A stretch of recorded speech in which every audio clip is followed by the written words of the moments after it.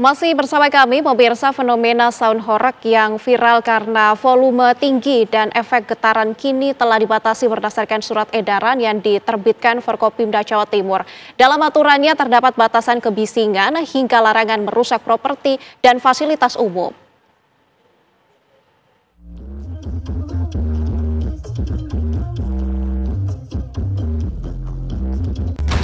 Riuh sound horeg yang viral karena ukuran sound system yang disusun bertumpuk serta menghasilkan efek bergetar, suara menggelegar ketika dinyalakan, kini telah dibatasi. Pemerintah Provinsi Jawa Timur resmi memberlakukan aturan penggunaan sound horeg melalui surat edaran bersama yang ditandatangani Gubernur Jawa Timur Hovifah Indar Parawansa, Kapolda Jawa Timur, dan Pangdam 5 Brawijaya. SE ini bertujuan untuk menjaga ketertiban umum serta memastikan penggunaan pengeras suara tidak melanggar norma agama, kesusilaan, maupun hukum. Salah satu aturan dalam surat yakni volume desibel yang diatur, kemudian dilarang menyalakan ketika melewati kawasan rumah sakit dan pendidikan. Wakil Gubernur Jawa Timur Emil Elestianto Dardak menegaskan, aturan dibuat untuk melindungi masyarakat. Bisa memberikan sebuah pegangan bagi masyarakat dan bagi pelaku usaha yang mereka ingin mencari rezeki yang baik lah sebenarnya begitu. Jadi ini bertujuan, kalau tanya tujuannya apa, melindungi, ya intinya melindungi masyarakat. Masyarakat itu ada pada sederhananya ya ada masyarakat.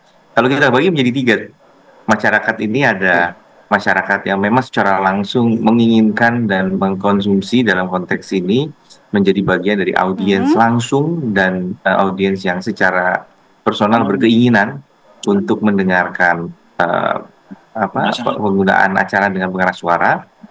Yang berikutnya ada masyarakat yang memang terdampak. Surat edaran sudah sesuai dengan undang-undang termasuk peraturan Menteri Kesehatan, Permen Lingkungan Hidup, dan Permen Ketenagakerjaan. Tim TV One mengabarkan. Pemirsa, sudah bersama kami petang ini Ketua Fatwa Majelis Ulama Indonesia Jawa Timur, Kiai Haji Ma'ruf Hozin. Assalamualaikum Pak Kiai. Waalaikumsalam warahmatullahi wabarakatuh. Baik Pak Kiai, seperti apa Anda melihat surat edaran dari Forkopimda Jawa Timur? Alhamdulillah, jadi pertama kita melihat respon dari Pemprov dengan melibatkan baik itu jajaran TNI dan Polri, dan ketika proses penyusunannya juga dari pimpinan kami di MUI juga dilibatkan dan beberapa pakar hukum yang lain.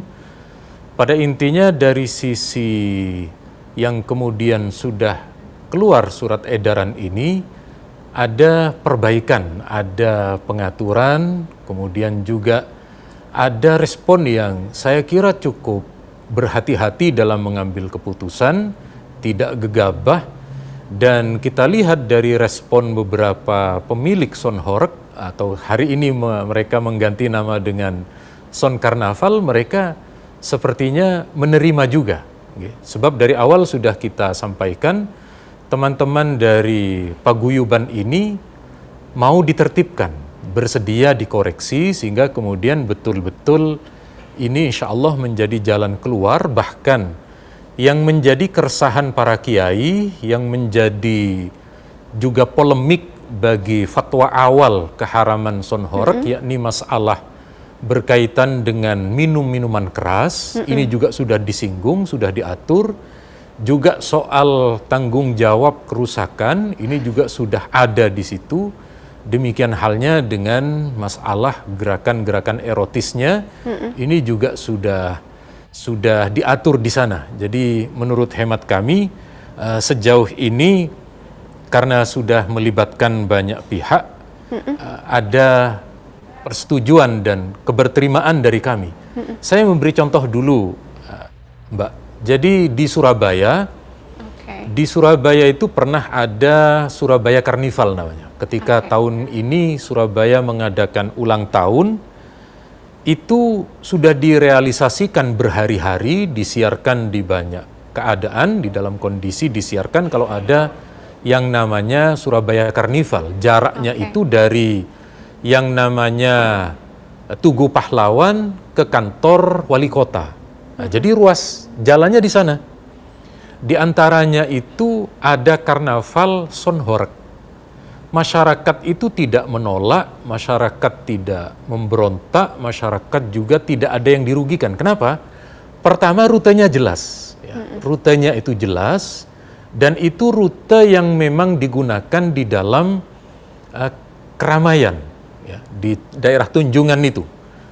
Kemudian, son ini ketika pulang atau pergi di jalan tidak dibunyikan. Jadi dibunyikan khusus di area yang sudah ditetapkan. Oke. Kemudian dancernya juga menutup aurat. Karena siang hari ini tentu tidak ada minum-minuman keras. Jadi ketika dilakukan dengan cara seperti itu, ini tidak ada yang dirugikan. Masyarakat meskipun son yang besar itu lewat, mereka tetap bisa menutup telinga. Ya, menutup telinga. Tetapi orang yang memiliki gangguan khusus seperti orang yang sakit jantung, anak kecil, ini memang tidak ada di situ. Nah, jadi kalau hal semacam ini, insya Allah kita sudah tidak ada masalah. Oke Pak Kiai, tadi kan sempat dijelaskan juga ya bahwa memang ada sound horeg ini kan menjadi mata pencarian bagi setiap pihak, dan ini juga memberikan ada pertentangan yang dirasakan oleh pihak-pihak tersebut. Ini gimana tanggapannya? Jadi betul, ini dari son yang meskipun orang-orang sudah mengubah menjadi son karnaval, ini tetap sebutannya lebih enak son horeg ya. Karena caranya juga masih cara yang lama. Jadi betul, di kejadian ini ada yang mengais rezeki. Mulai dari penjual tentu di sana ada. Bahkan beberapa pemilik rumah di depan rumahnya itu dijadikan tempat parkir ya, dan mereka juga mendapat keuntungan. Bahkan di daerah tertentu ini menjadi komoditas politik bagi para calon untuk kemudian mendulang suara. Sebab kita tahu mereka yang melakukan kampanye dulu ini ketika menggunakan media dangdut, ya, orkes dangdut dengan son horeg, ini lebih ramai son horeg ini. Nah, jadi sekali lagi selama unsur-unsurnya itu kemudian berhasil diperbaiki, ditertibkan, maka sama seperti yang saya sampaikan ketika di forum diskusi demokrasi di TV One, ini ibaratnya dulu itu kan ada orang konser musik ya, misalnya konser musik dulu ada band, itu di lapangan. Oke Pak, ada tapi izin kepolisian. Nah, Oke, itu kan Pak juga Kiai, tidak ada masalah dari dulu. tapi Pak Kiai kalau misalnya ada request dari yang mengundang, bagaimana Pak Kiai? Nah, ini juga soal masyarakatnya. Kita tentu tahu membedakan masyarakat di pesisir pantai selatan dengan masyarakat di daerah Pantura. Di daerah Surabaya tidak ada kita jumpai ini, di daerah sekitarnya juga tidak ada, karena di sini komunitasnya lebih luas, baik masyarakatnya dan lain sebagainya. Kalau di daerah saudara-saudara kita yang seperti di Malang Selatan, di Jember, di Blitar, dan lain sebagainya, mereka satu kampung itu memang terasanya sudah kompak, sudah bersedia, memang hiburan mereka.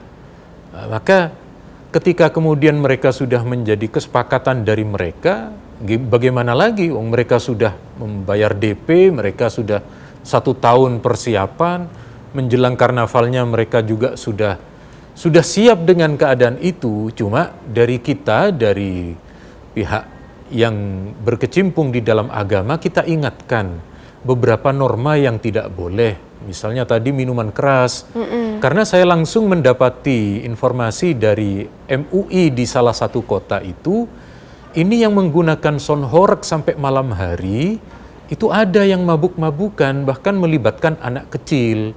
Demikian halnya ini dancer-dancer yang mengumbar aurat, ini kan akhirnya dari diskotik itu menjadi diskotik jalanan.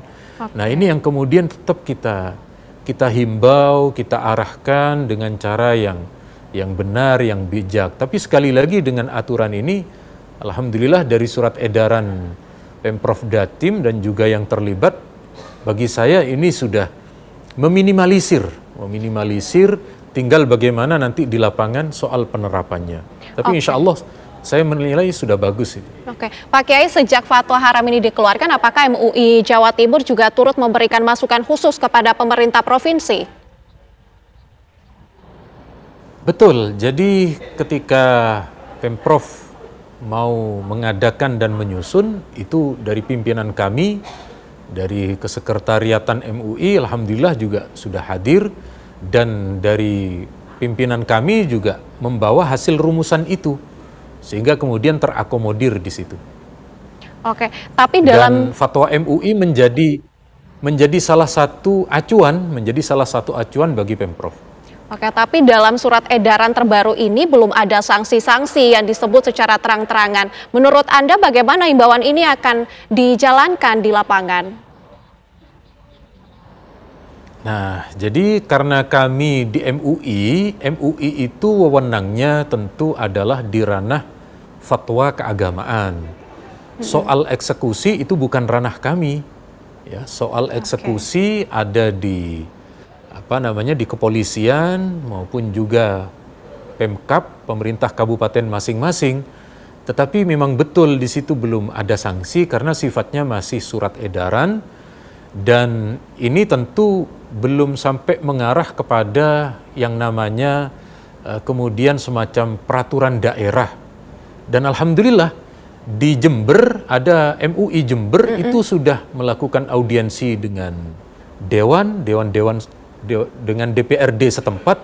Nah, kalau nanti MUI Jember ini sudah berhasil menjadi percontohan bagi kabupaten kota yang lain, tidak hanya sekedar surat edaran tetapi sudah memiliki peraturan daerah di masing-masing kabupaten kota dengan pengawasan lebih ketat, dengan hukum yang bisa kemudian diterapkan.